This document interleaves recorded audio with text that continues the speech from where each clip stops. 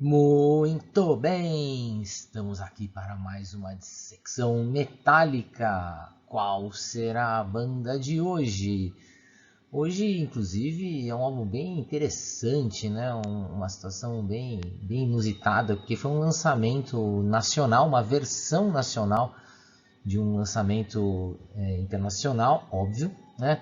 Mas com uma versão bem interessante, mas que não deu muito certo, né? E a gente vai destrinchar, dissecar isso a partir de agora. Estou falando aqui do Silent Force, né? Um grupo alemão, na verdade um projeto aí, né? Com uns caras bem feras, que eu daqui a pouco eu vou explicar para vocês. Lançado em 2000, né, o The Empire of Future, ou apenas Silent Force, o primeiro álbum deles, que foi lançado aqui por uma gravadora chamada Moria Records, que tinha um intuito bem legal de fazer uma versão, né, acho que foi a primeira gravadora que fez versões naquele case, né, de papel, como se fosse o pessoal chama aí de não é não é digipack, mas é aquele case quadradinho que é a caixinha, envelope mesmo, né? Também não é aquele que é furado dos dois lados. Não sei, deve ter um termo para isso, tá? Mas esse slipcase, acho que é slipcase que o pessoal costuma usar, né?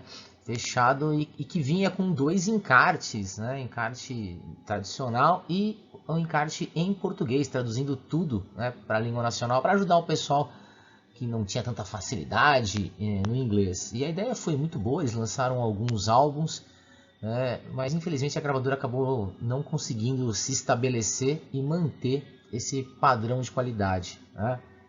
Então foi um lançamento bem interessante. Você ainda consegue achar, né, esse lançamento, aí, o Silent Force, por aí, basta dar uma procurada, que essa versão aí nacional ainda deve estar disponível, né? Então aqui está, né, um pouquinho sobre a banda, aí, as suas 10 faixas, né, desse álbum. E a banda, na verdade, é um apanhado aí de músicos conhecidos, né, hoje bem fixados aí no mundo do metal. Temos aí o DC Cooper, né, vocalista do Royal Hunter, né, teve sua banda também própria, né, sua banda solo, Missa Mercúria, e por aí vai, né? Cara que tem uma voz bem interessante. Eu pessoalmente não acho que seja um dos melhores vocalistas, às vezes ele me soa um pouco cansativo, mas é um grande vocalista, né? O mentor aí por trás do Silent Force, né, junto com o DC Cooper, o Alexander Bayrods, que também produz o álbum, né? E o cara, já tocou em um monte de banda, né? Tocou Primal Fear, Matt Sinner, né? Que é o parceiro do Matt Sinner, na verdade, tá? Voodoo Cycle é uma outra banda aí bem conhecida e por aí vai, né? Também no Sinner, propriamente dito, não é tanto no Matt Sinner como no Sinner, óbvio, tá? E aí, completando o time, a gente tem o André Hilgers, né? Baterista também bem conhecido, né? Tocou no Axis, no Bonfire, Herman Frank, Lingua Mortis, Rage, né? Cara, no próprio Sinner também, né? Vanise, uma porrada de banda aí. É um cara bem conhecido no meio metálico, né? Completando aí mais dois integrantes, né? O Thorsten Flash, né? O baixista, que chegou a tocar com Belladonna, né? E o tecladista também Thorsten Horn, né? Talvez um pouco menos experiente, né? Então esse é o formato do álbum de estreia do Silent Force. E aqui tem, né, a capinha, como eu falei, né, o slipcase aí da Moria Records, né, com o formato aí do disco, né? E aqui a contracapa, né? Bem legal, bem feitinha a arte, né? Já com um logotipo que acompanhar a banda aí pelos álbuns seguintes, né? Tá aqui a questão da produção do Alexander Bayrods mesmo, né? Então eu acho isso interessante, né? O Dennis Ward do Pink Queen 69 participando aí junto com o DC Cooper, né? Em algumas faixas, na produção dos vocais principalmente, né? E uma série de agradecimentos e aí o tablet, né? Vamos dizer assim, o type, né? Da Moria Records, né? Que era aqui de São Paulo mesmo. Chegaram a lançar o Axis também. Quem sabe um dia a gente faz uma resenha desse outro álbum, tá? E lançaram até bandas nacionais também, né? Aqui está então o card de agradecimentos, né? O card de agradecimentos de todos os integrantes aí, né? Os endorseds também, né? E vamos ao que interessa, né? Vamos ao som do Silent Force, né? Então, começa com uma narração aí de alguns minutinhos, né? 2 minutinhos. E vamos para de cara aí com Live for the Day, né? Um metal melódico assim, um pouco mais melódico do que metal, né? Com influências de Halloween, né? Bastante teclado também, né? Tem aquelas mudanças de andamento clássicas aí do metal melódico, né? Uma leve pegada épica, mas para uma faixa ok, né? Uma faixa beleza, né? Sem nada demais, também nada negativo, né? A segunda, Empire of Future, né? Já com um clima meio de filme de terror, assim, um clima meio tétrico, né? Mais arrastadinha, uma coisa que se repete bastante no álbum, né? Aquela pegada mais arrastada, melódica. Lembrando até alguns momentos aí o Queen's Right, né? Também uma faixa ok, né? Nada para desabonar, mas também nada que faça cair seu queixo, né? Uma faixa beleza, né?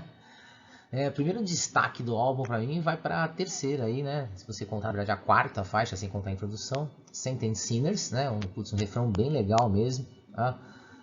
Tem um trabalho excelente de bateria e vocal, né? Que seria meu destaque. Mas ainda falta alguma coisa para ser um clássico, assim, sabe? Falta um detalhezinho para você falar assim, nossa, essa música vai ficar aqui eternizada, né?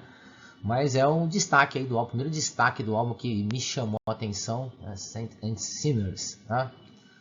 Seguindo aí na segunda parte do álbum, né? Talvez a faixa mais legal, aquela que eu achei mais tradicional, né? Bem veloz mesmo, as guitarras parecendo às vezes Judas Priest, assim, faz cantes mesmo, né? Claro que com coisas meio melódicas, né?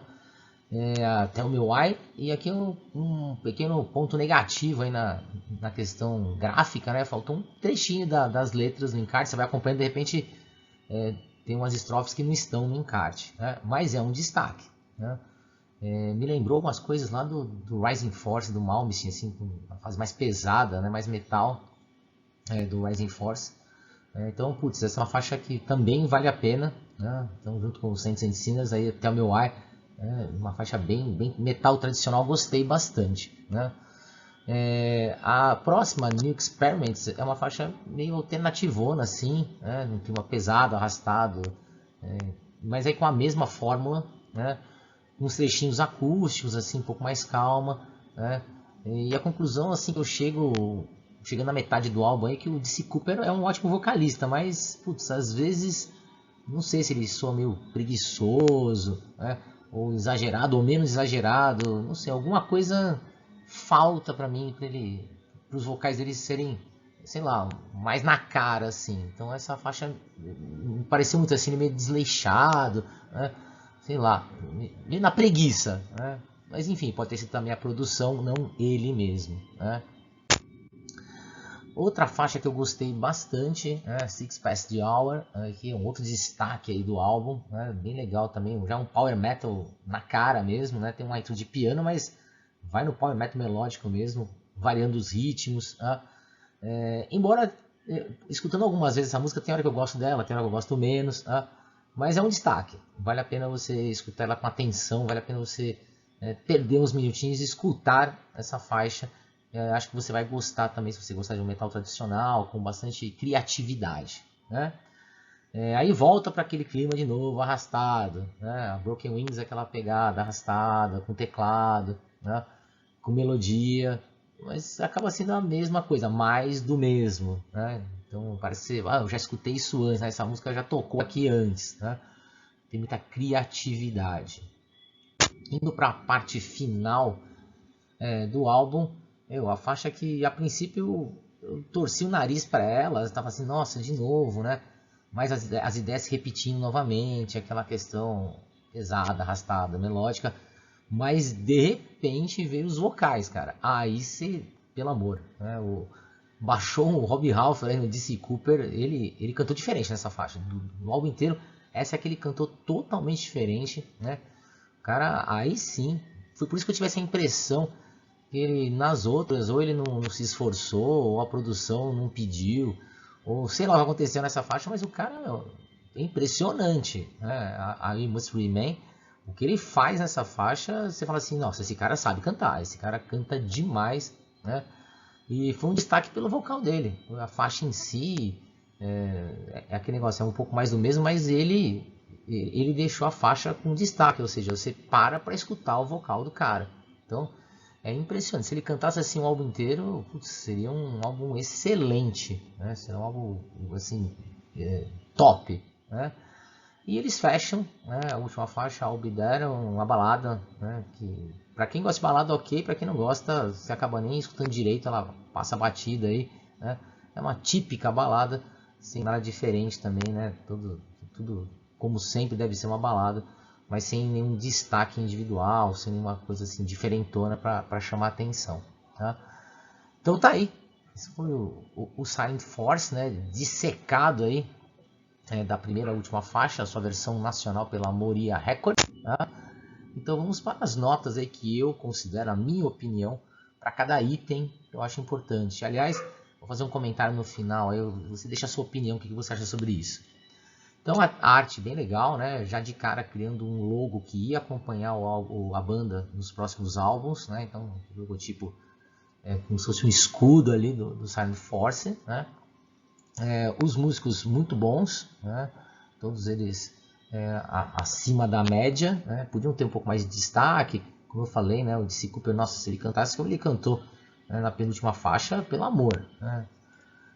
A produção também foi boa, mas aquela coisa do vício do próprio músico ser o produtor, né? Então talvez isso às vezes mereça uma pessoa de fora para dar mais opinião, para dar mais variação, ou para botar o dedinho na ferida, né? Mas a produção foi muito boa, né?